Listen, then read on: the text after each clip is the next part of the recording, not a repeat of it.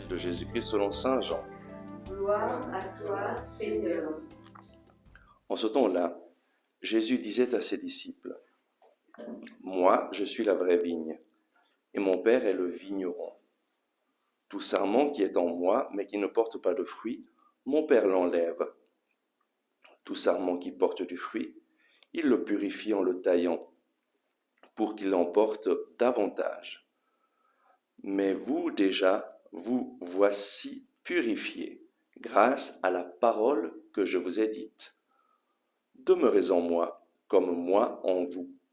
De même que le sarment ne peut pas porter de fruit par lui-même, s'il ne demeure pas sur la vigne, de même vous non plus, si vous ne demeurez pas en moi. Moi, je suis la vigne, et vous les sarments. Celui qui demeure en moi et en qui je demeure, celui-là porte beaucoup de fruits. Car en dehors de moi, vous ne pouvez rien faire. Si quelqu'un ne demeure pas en moi, il est comme le sarment jeté dehors et il se dessèche. Les sarments secs, on les ramasse, on les jette au feu et ils brûlent. Si vous demeurez en moi et que mes paroles demeurent en vous, demandez tout ce que vous voulez et cela se réalisera pour vous. Ce qui fait la gloire de mon Père, c'est que vous portiez beaucoup de fruits et que vous soyez pour moi des disciples. Acclamons la parole de Dieu. Louange à toi, Seigneur Jésus. Dans l'évangile d'aujourd'hui, Jésus nous dit « Moi, je suis la vigne et vous, les sarments. Celui qui demeure en moi et en qui je demeure, celui-là porte beaucoup de fruits, car en dehors de moi, vous ne pouvez rien faire. » Ce qu'on attend d'une vigne, c'est qu'elle porte du fruit. Et si elle ne porte pas du fruit, elle ne sert pas à grand-chose.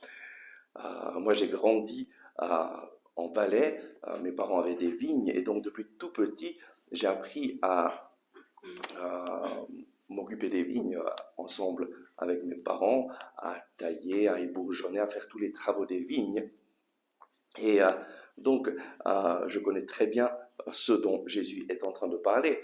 Mais je me rappelle quand j'étais aux États-Unis, une famille m'a invité chez eux, ils avaient une belle maison, et puis le mari, à un certain moment, il me dit « Ah, mais toi, tu connais les vignes, est-ce que tu pourrais regarder ma vigne parce que j'ai planté une vigne il y a 5 ans, mais il n'y a vraiment rien du tout. Il n'y a aucun fruit, aucun raisin, il y a juste quelques tout petits raisins, et je ne sais pas ce qui se passe. » Et alors j'ai été voir sa vigne et j'ai vu ce buisson énorme, plein de sarments et de feuilles. Et je lui ai dit, mais donc ça fait 5 ans que tu l'as planté, combien de fois est-ce que tu l'as taillé chaque année? Tailler la vigne, ça sert à quoi? Et donc, ce pauvre homme n'avait jamais taillé cette vigne. Et donc, elle était devenue un énorme buisson et il n'y avait aucun fruit. Jésus dit, tout sarment qui est en moi mais qui ne porte pas de fruit, mon Père l'enlève. Tout sarment qui porte du fruit, il le purifie en le taillant pour qu'il en porte davantage. En effet, si on veut que la vigne porte du fruit, il faut couper les sarments, ceux qui portent le plus de fruits, et il faut laisser juste un tout petit bout avec 2 bourgeons qui vont former de nouveaux sarments sur lesquels il y aura beaucoup de fruits. Mais si on ne taille pas la vigne, eh bien ça devient un buisson et il y aura seulement des tout petits raisins. Et Jésus nous dit, comment faire pour porter du fruit? Celui qui demeure en moi et en qui je demeure, celui-là porte beaucoup de fruits. Car en dehors de moi, vous ne pouvez rien faire. La première chose pour que nous portions du fruit, nous dit Jésus, c'est ce que le Père fait. Tout sarment qui porte du fruit, mon Père le purifie en le taillant pour qu'il en porte davantage. Et Jésus ajoute, vous, déjà, vous voici purifiés grâce à la parole que je vous ai dite. Ce qui nous purifie, c'est la parole que Jésus nous dit. Ce qui taille, coupe ce qui n'est pas bon, ce qui ne sert pas en nous, c'est la parole que Jésus nous dit. Voilà pourquoi la première chose à faire si nous voulons porter du fruit, c'est écouter la parole de Dieu. Cette parole qui nous purifie, qui nous émonde, qui taille tout ce qui n'est pas de Dieu et qui vraiment établit en nous ce que Dieu désire. Parce que la parole de Dieu nous révèle la volonté de Dieu. La première chose à faire donc, c'est écouter chaque jour la parole de Dieu. Dans notre communauté, la communauté Jean-Baptiste, les laïcs de notre communauté prient chaque jour 1 heure avec la parole de Dieu pour se mettre à l'écoute de la parole de Dieu en lisant 3 chapitres du Nouveau Testament et 3 psaumes et en priant avec la parole de Dieu.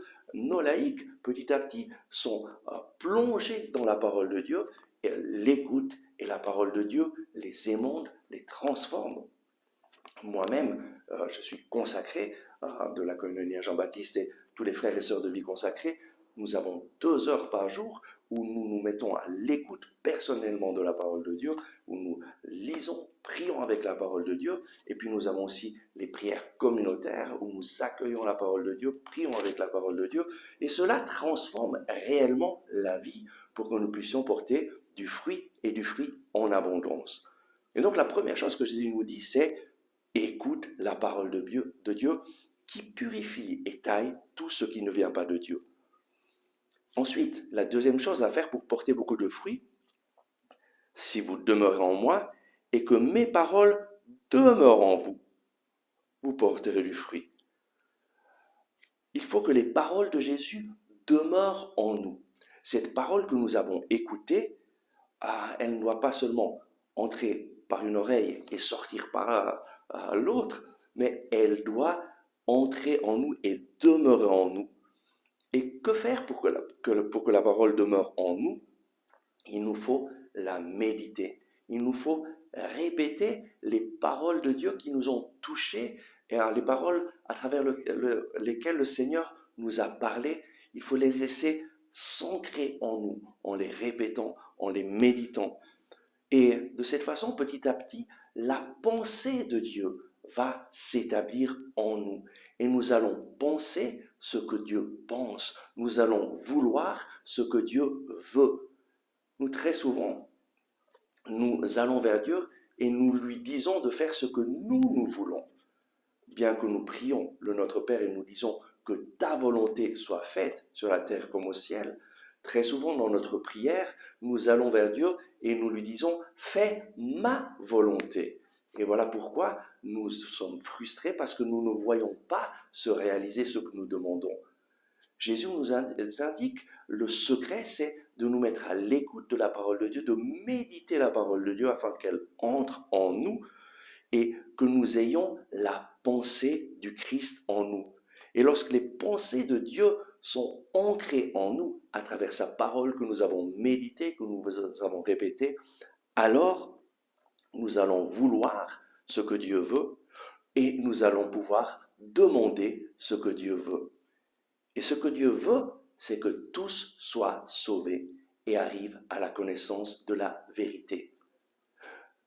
Ce que Dieu veut, aussi Saint Paul le dit dans la première lettre aux Thessaloniciens, chapitre 5, versets 16 à 18, « Soyez toujours joyeux, priez sans cesse, en toutes choses, rendez grâce à Dieu, car c'est là la volonté de Dieu pour vous dans le Christ Jésus. » Le Seigneur désire que nous le remercions, que nous rendons grâce à Dieu en toutes circonstances, parce que nous pouvons avoir confiance en lui, qui sait comment utiliser chaque circonstance pour notre bien. Et donc, lorsque la parole de Dieu s'ancre en nous, nous allons vouloir ce que Dieu veut, nous allons demander ce que Dieu veut. Et alors Jésus nous dit, si vous demeurez en moi et que mes paroles demeurent en vous, demandez tout ce que vous voulez et cela se réalisera. Pourquoi ça se réalisera? Parce que nous demanderons ce que Dieu désire et non pas ce que nous désirons. Nous serons en cœur à cœur avec Dieu, à l'écoute de sa parole, à l'écoute de sa volonté, et alors se réalisera le plan de Dieu pour notre vie, et nous allons porter du fruit, et du fruit en abondance. Et donc aujourd'hui, le Seigneur est en train de nous parler et de nous indiquer comment porter du fruit. Comme une vigne doit porter du fruit, nous sommes créés pour porter du fruit et du fruit en abondance. Nous avons été sauvés par Jésus-Christ qui est mort sur la croix afin que nous puissions porter du fruit et du fruit en abondance. Et les 3 choses que le Seigneur nous invite à faire pour porter du fruit, c'est d'abord, comme la vigne a besoin d'être taillée, nous avons nous aussi besoin d'être taillés et émondés. Comment? En écoutant la parole de Dieu. La parole de Dieu nous purifie et taille, coupe de nous tout ce qui ne vient pas de Dieu. Deuxièmement, en demeurant dans la parole de Dieu, en demeurant en Jésus, méditant, répétant cette parole pour qu'elle entre en nous, pénètre en nous et que petit à petit, nous ayons la pensée du Christ, nous ayons les pensées de Dieu en nous.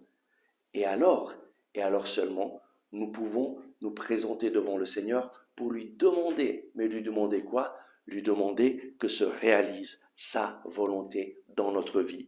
Parce que nous allons vouloir ce que Dieu veut et nous allons pouvoir demander ce que Dieu veut pour notre vie. Et Dieu veut que tous soient sauvés et arrivent à la connaissance de la vérité. Donc Dieu veut avant tout que chaque personne que tu connais puisse connaître Jésus. Et donc ta prière, oriente-la vers demander au Seigneur de se manifester dans la vie des personnes que tu aimes, pour qu'ils puissent le connaître vraiment, pour qu'ils puissent avoir un réveil spirituel. Et la deuxième chose, en toutes circonstances, rendez grâce à Dieu, car c'est là la volonté de Dieu pour vous dans le Christ Jésus. Remercie le Seigneur dans toutes circonstances. Remercie le Seigneur pour les personnes que tu présentes au Seigneur avec la confiance que le Seigneur sait ce qui est le meilleur pour eux et que lui va agir dans leur vie. Prions. Oui, merci Seigneur, parce que toi, tu nous as créés et tu nous as sauvés pour que nous puissions porter du fruit et du fruit en abondance. Merci Seigneur, parce qu'aujourd'hui, tu nous indiques comment porter du fruit. D'abord, en étant taillés par ta parole. Ta parole nous purifie, ta parole nous émonde. Donne-nous, Seigneur, donne à chacun d'entre nous de nous mettre à l'écoute de ta parole chaque jour, de consacrer du temps à écouter ta parole. Et puis, donne-nous de demeurer dans ta parole, de demeurer en toi, de laisser que cette parole pénètre en nous. Donne-nous de méditer et répéter cette parole qui nous a touchés jusqu'à ce qu'elle trouve sa place en nous, qu'elle transforme notre façon de penser, notre façon de désirer, pour que nous ayons la pensée de Dieu en nous, pour que nous ayons les désirs de Dieu en nous. Et donne-nous alors, avec confiance, de te demander ce que toi tu désires, ce que toi tu nous inspires, et nous allons porter du fruit et du fruit en abondance. Seigneur, viens bénir tous les auditeurs de Radio Marie, afin qu'ils puissent chaque jour se plonger dans ta parole, méditer ta parole et porter du fruit et du fruit en abondance. Amen. Merci d'avoir regardé ce message, j'espère que vous l'avez aimé et je vous invite à le partager à vos amis, à cliquer sur le bouton j'aime et à vous inscrire à notre chaîne YouTube. Ensemble avec ma communauté, nous prions pour vous et pour votre famille. À demain!